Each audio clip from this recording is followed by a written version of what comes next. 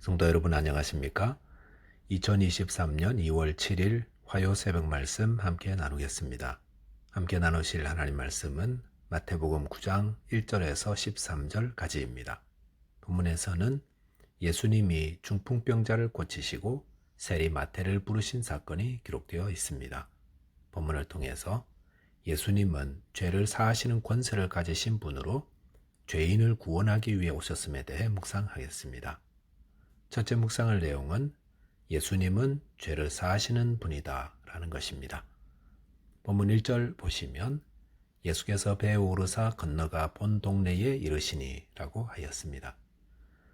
마태복음 8장에서 예수님은 제자들과 함께 배를 타고 가다라 지방에 가셨다가 돌아오셨습니다.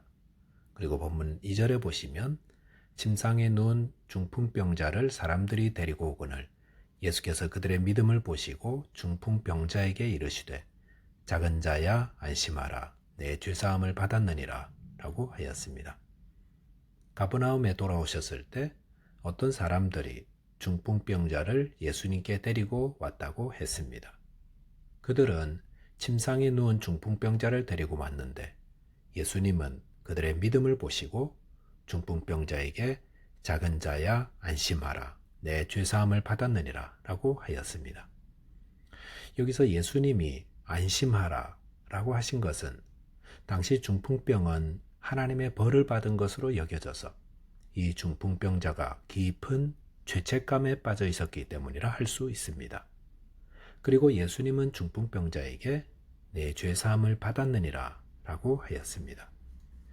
예수님은 왜 중풍병자에게 네 병이 나았느니라 라고 먼저 말씀하기보다 내 죄사함을 받았느니라 라고 하신 것입니까? 아니나 다를까 이 사실을 문제 삼는 자들이 있었습니다. 본문 3절에 보시면 어떤 서기관들이 속으로 이르되 이 사람이 신성을 모독하도다 라고 하였습니다. 서기관들은 네 죄사함을 받았다고 말씀하시는 예수님을 신성 모독한다고 생각했습니다. 그 이유는 죄란 하나님께 짓는 것이고 그래서 죄사함은 하나님만이 할 수 있는 것인데 예수님이 감히 죄사함을 이야기하기 때문에 그렇습니다. 이것은 서기관들이 아직 예수님이 누구신지를 모르고 있었기 때문이다 할 수 있습니다. 예수님은 누구십니까? 예수님은 하나님의 아들로서 죄를 사하는 권세가 있으신 분이십니다. 본문 4절에 보시면 예수께서 그 생각을 아시고 이르시되 너희가 어찌하여 마음에 악한 생각을 하느냐 라고 하였습니다. 예수님은 서기관들의 생각을 악한 생각이라고 하셨습니다. 왜 그렇습니까? 그것은 예수님이 하나님의 아들로서 당연히 죄를 사하는 권세가 있으신 분인데 그렇게 생각했기 때문입니다.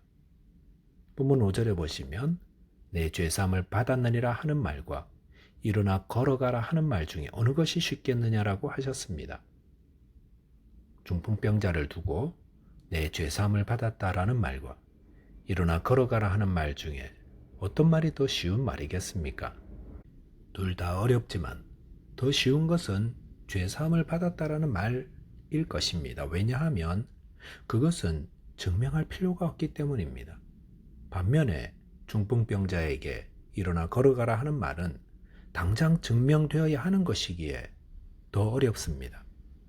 그런데 6절에서 예수님이 일어나 내 침상을 가지고 집으로 가라 하시자 그가 즉시 일어나 가게 하심으로 예수님은 병을 고치는 어려운 일보다 더 쉬운 일, 즉 죄를 사하는 것도 하실 수 있다는 것을 증명해 보이셨던 겁니다. 본문 6절에서 예수님은 그러나 인자가 세상에서 죄를 사하는 권능이 있는 것을 너희로 알게 하려 하노라라고 하셨습니다. 본문을 통해 예수님은 자신이 이 땅에서 죄를 사하는 권능이 있으신 분임을 알리고 계십니다. 예수님은 어떤 분입니까? 예수님은 하나님이 택하신 자의 죄를 사하시고 그들을 구원하기 위해 이 땅에 보내어주신 우리의 구원자이십니다. 저와 여러분이 예수님을 믿음으로 죄사함의 은혜와 구원을 누리는 자 되시기 바라겠습니다. 둘째로 묵상할 내용은 예수님은 죄인을 구하기 위해 오셨다는 겁니다. 본문 9절에 보시면 예수께서 그곳을 떠나 지나가시다가 마태라 하는 사람이 쇠관에 앉아 있는 것을 보시고 이르시되 나를 따르라 하시니 일어나 따르니라 라고 하였습니다. 이 말씀은 예수님이 제자 마태를 부르신 사건을 기록하고 있습니다. 마태가 예수님의 부름을 받기 전 그는 세관에 앉아 일하던 세리였습니다. 그런데 당시 세리는 유대인을 침략한 자들을 위해 동족으로부터 세금을 받아내는 일을 한다 하여 배신자로 또 상중에서는 안 되는 죄인으로 낙인 찍혔던 자들이었습니다. 모든 사람들이 죄인이라고 손가락질하고 그 손가락질을 받는 당사자들인 세리들도 자신들이 죄인임을 뼛속 깊이까지 잘 알고 있는 자들이었습니다. 그런데 예수님이 그런 세리 마태를 제자로 부르셨습니다. 왜 예수님은 당시 율법을 잘 알고 또 경건하게 산다고 하는 자들 가운데서 제자를 부르지 않고 온 백성이 죄인이라고 손가락질하고 자신도 죄인인 것을 아는 그런 자를 제자로 부르신 것입니까? 그것은 본문 13절 말씀처럼 예수님이 죄인을 부르러 오셨기 때문입니다. 본문 12절에서 예수님이 마태의 집에서 여러 세리와 죄인들과 함께 음식을 나누실 때에 바리새인들이 그것을 비난하자 예수님이 이렇게 말씀하셨습니다. 예수께서 들으시고 이르시되 건강한 자에게는 의사가 쓸데없고 병든 자에게라야 쓸데있느니라 라고 하였습니다. 의사가 필요한 사람은 건강한 자가 아니라 병자입니다.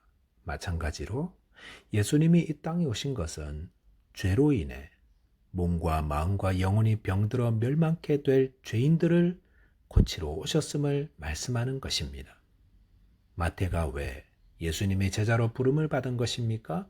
그것은 그가 죄인이었기 때문이었습니다.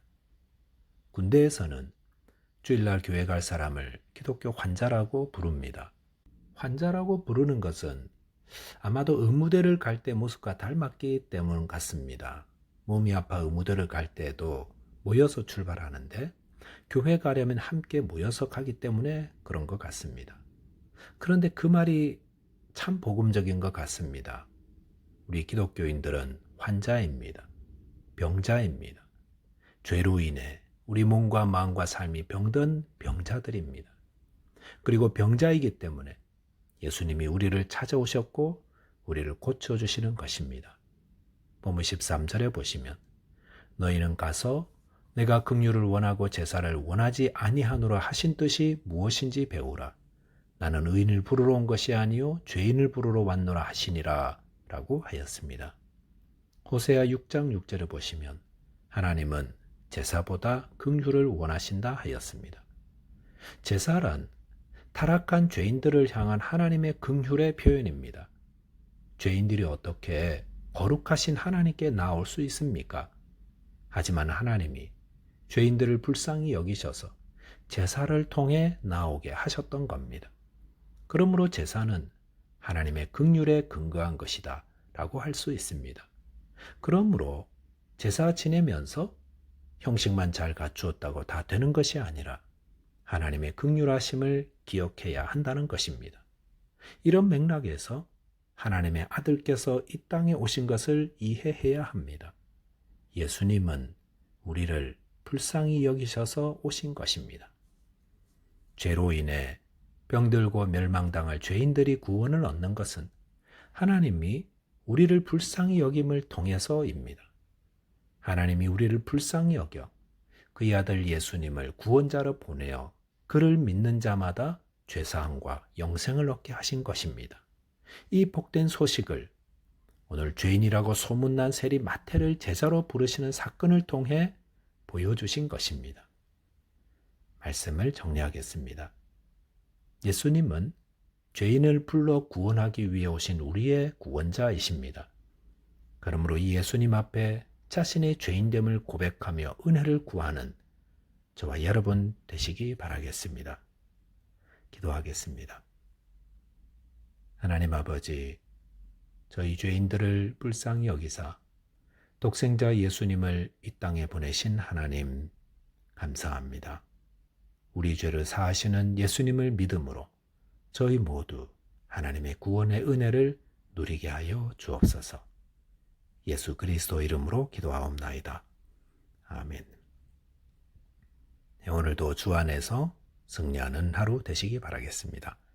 감사합니다.